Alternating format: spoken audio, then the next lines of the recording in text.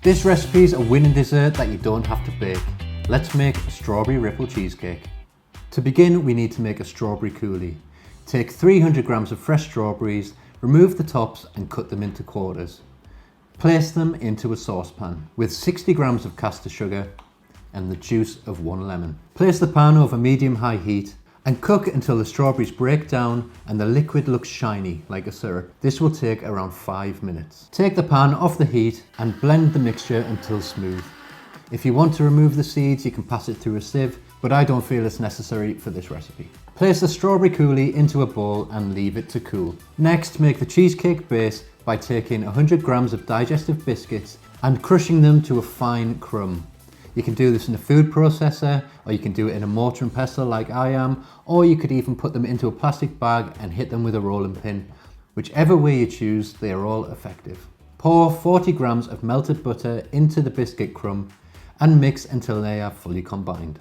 Press the biscuit mixture into your chosen cake tin that is lined with parchment paper and place it in the fridge to set.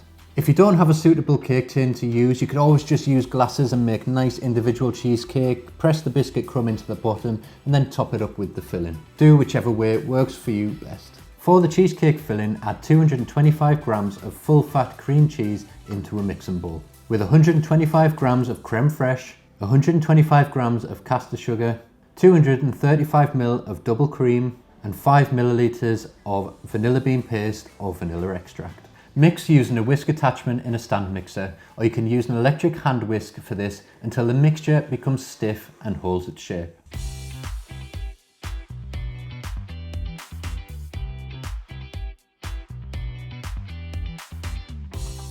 Place half of the cheesecake mixture into the cake tin, making sure to press it down right into the edges and level it off on the surface. Then spoon over some coulis and swirl it through using the handle of a spoon or a skewer. Place the rest of the cheesecake mixture on top of that and then do the same again with some more coulis.